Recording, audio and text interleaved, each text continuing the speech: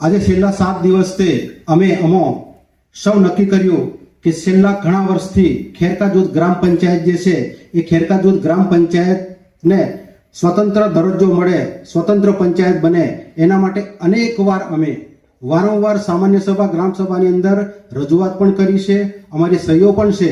સાથે સાથે ખેરકા જૂથ ગ્રામ પંચાયત અલગ થાય તેમાં ખેરકા જૂથ ગ્રામ પંચાયતની અંદર ડેરી વીજળી, રંગપુર આશ્રમ અને ખેરકા ગામ આવે છે. ટોટલ 10 વોર્ડનું ગામ છે. હવે આની અંદર અમારે જે રાઠવા વિનુભાઈ સરપંચ જે છે હાલના, એ રંગપુર ગામમાંથી એ સહમતિ નથી આપતા અને સહયોગ નથી કરી આપતા. એના કારણે તલાટી સાહેબને કહેવું છે કે તમારી ફાઇલ તાલુકા સુધી નથી પહોંચાડી, અને એના સંદર્ભે અમે આજે રૂઢિગત ગ્રામ સભાના સંદર્ભે એક ગ્રામજનો નક્કી કર્યું કે આજે આપણે સભા લઈએ અને જાગૃતતા આપીએ, સાથે સાથે આપણે સામાજિક ઠરાવો લખીને સહી કરીએ.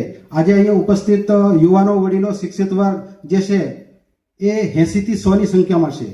અમે 2 ઓક્ટોબરમાં આનાથી બમણી સંખ્યાની અંદર ગ્રામ પંચાયતમાં ગ્રામ સભામાં ઉપસ્થિત રહેશું. આજનો અમારો હેતુ, આજનો અમારો જે આ સંદેશ છે એ તાલુકા સુધી કે પછી સરપંચ સુધી તો જાય, પરંતુ આ મીડિયા દ્વારા અને પ્રેસ રિપોર્ટર દ્વારા અમે ખેરકા જૂથ ગ્રામ પંચાયતને વિભાજન કરવા માટેની આ સામાન્ય સભા કહેતે અને અમારી આ લોકસભા કહેતે અને ગ્રામજનોની આ સભા અમે લીધી. અમારી સાથે અમારા કનલવા બેઠકના સદસ્ય, જિલ્લા સદસ્ય સુરેશભાઈ પણ આવ્યા છે.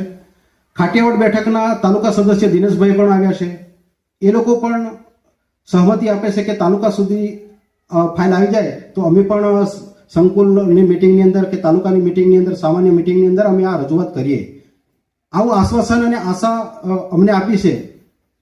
આજે હું નિવેદન તરીકે સતવંતસિંહ રાઠવા, યુવા શિક્ષિત, યુવા શક્તિ સંગઠનનો કાર્યકર્તા, સામાજિક કાર્યકર, હવે જિલ્લા સદસ્યને કહીએ કે આપ પણ નિવેદન આપવા માંગતા હોય તો આ સંદર્ભે જિલ્લા સદસ્ય સુરેશભાઈ નિવેદન આપો.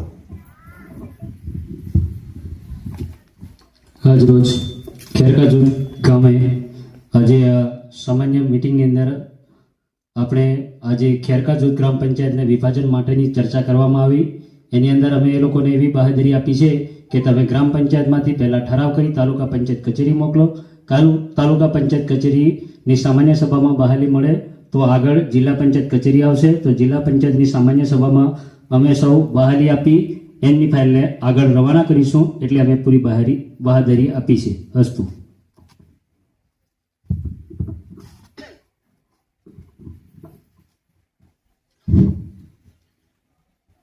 આજરોજ ખેરકા જૂથ ગ્રામ પંચાયતના વિભાજન માટે સામાન્ય સભા બોલાવવામાં આવી, અને આ સામાન્ય સભા બોલાવવાનો મુખ્ય હેતુ શું છે? તે સામાન્ય સભા ગ્રામ પંચાયતના વિભાજન માટે ખેરકા ગ્રામ સભા બોલાવવામાં આવી હતી, અને એ ગ્રામ સભાનો ઠરાવ સરપંચ શ્રી વિનુભાઈ રાઠવાને સહી અર્થે મોકલે લગભગ 2 મહિના થવા આવ્યા છે, તેમ છતાં સહી કરીને પરત આવેલ નથી.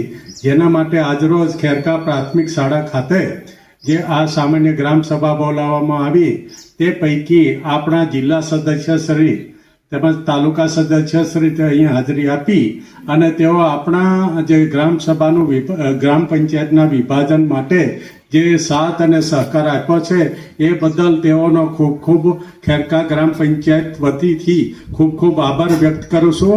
અને અમારો આ જે પ્રોબ્લેમ છે એનો જલ્દીથી ઉકેલ આવે એવી આશા સાથે હું વિરમું છું. જય હિન્દ, જય ભારત.